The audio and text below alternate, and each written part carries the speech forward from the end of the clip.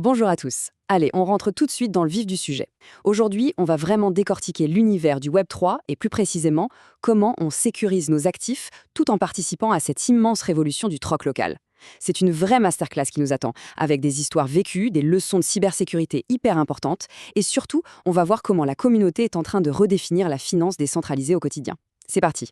Au menu aujourd'hui, on va d'abord jeter un œil à l'avenir du Web3. Ensuite, on parlera du succès fulgurant du troc local avec des témoignages qui montrent toute la valeur humaine derrière ces échanges. On fera un gros point sur la sécurité et les signaux d'alerte à ne surtout pas ignorer. Et on terminera sur la façon de bâtir une équipe solide et l'importance de l'unité communautaire. Première grande étape de notre réflexion, l'avenir du Web3. L'idée ici, c'est de comprendre qu'on est en train de s'éloigner massivement de la pure spéculation pour construire quelque chose de solide et de durable pour les générations futures. Franchement, quand on compare l'ancienne et la nouvelle école, le contraste est juste dingue. D'un côté, on a la crypto traditionnelle. On la connaît bien. Ça demande des ordinateurs hors de prix, ça consomme une énergie folle et c'est surtout dominé par des géants financiers qui spéculent à tout va. Et puis, de l'autre côté, boum, le Web3 accessible. Là, on parle de minage directement sur un smartphone. N'importe qui peut participer. Le pouvoir passe littéralement des mains de l'élite financière aux nôtres. C'est un modèle qui se concentre sur des humains, des vrais, des personnes vérifiées, pas sur des fermes de serveurs industriels. C'est un vrai changement de paradigme. Et la clé de cette révolution, c'est un mot tout simple, l'utilité. Parce que bon, le buzz médiatique, c'est sympa 5 minutes, mais ça ne fait pas vivre un système sur le long terme. Ce qui compte vraiment, c'est de pouvoir utiliser cette monnaie numérique dans la vraie vie.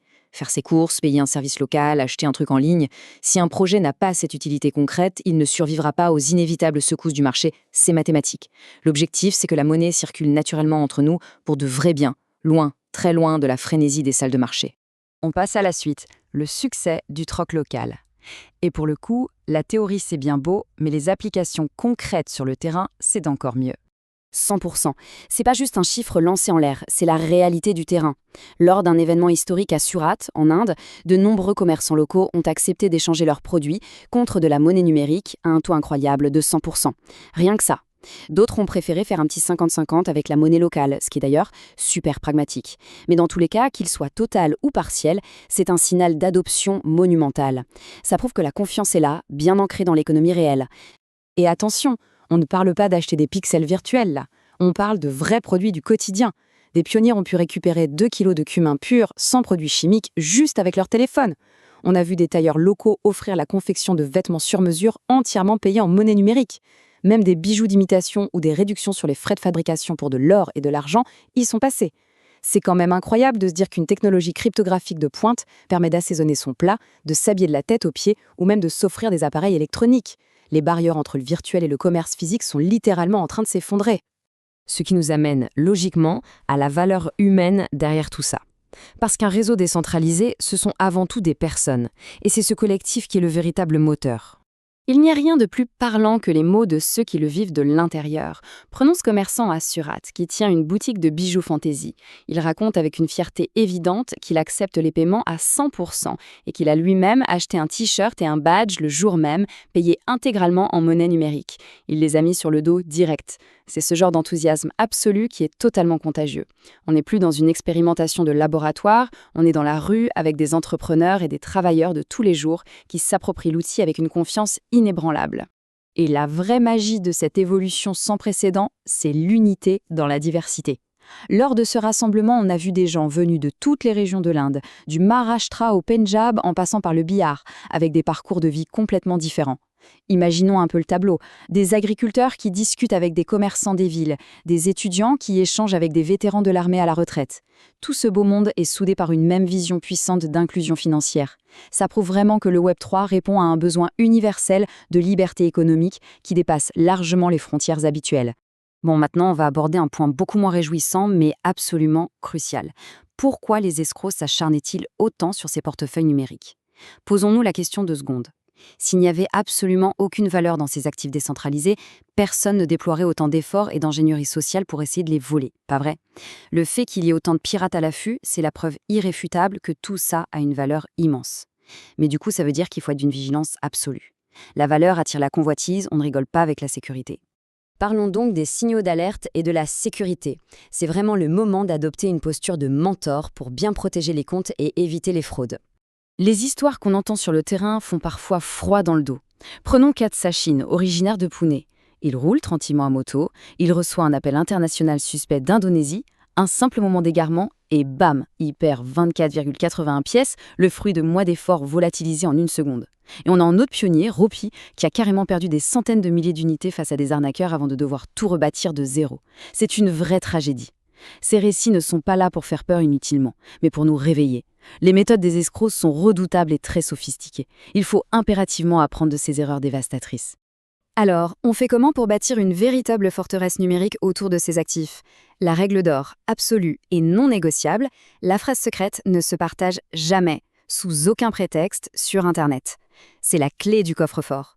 Deuxièmement, on fuit comme la peste toutes les annonces miraculeuses ou les fausses bourses qui promettent des gains rapides. C'est toujours, je dis bien toujours, un piège conçu pour vider les comptes. Ensuite, on ne décroche pas aux appels internationaux bizarres. Et enfin, le réflexe indispensable, on vérifie la moindre information directement à la source, uniquement sur les canaux certifiés par l'équipe fondatrice. C'est une discipline stricte, mais c'est le seul moyen de protéger son patrimoine.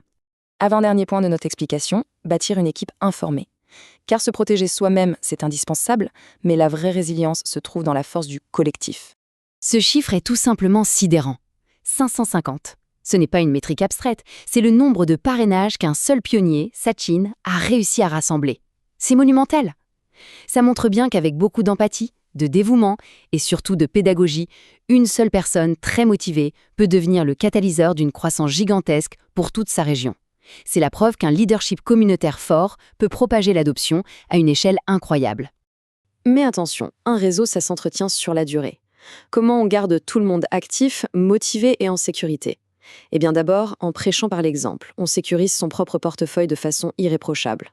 Ensuite, on prend le temps d'accompagner chaque membre pour qu'ils fassent leur validation d'identité, le fameux KYC, correctement. C'est aussi super important de s'investir dans des événements locaux pour instaurer un climat de confiance. Et puis, la clé de voûte, la communication active.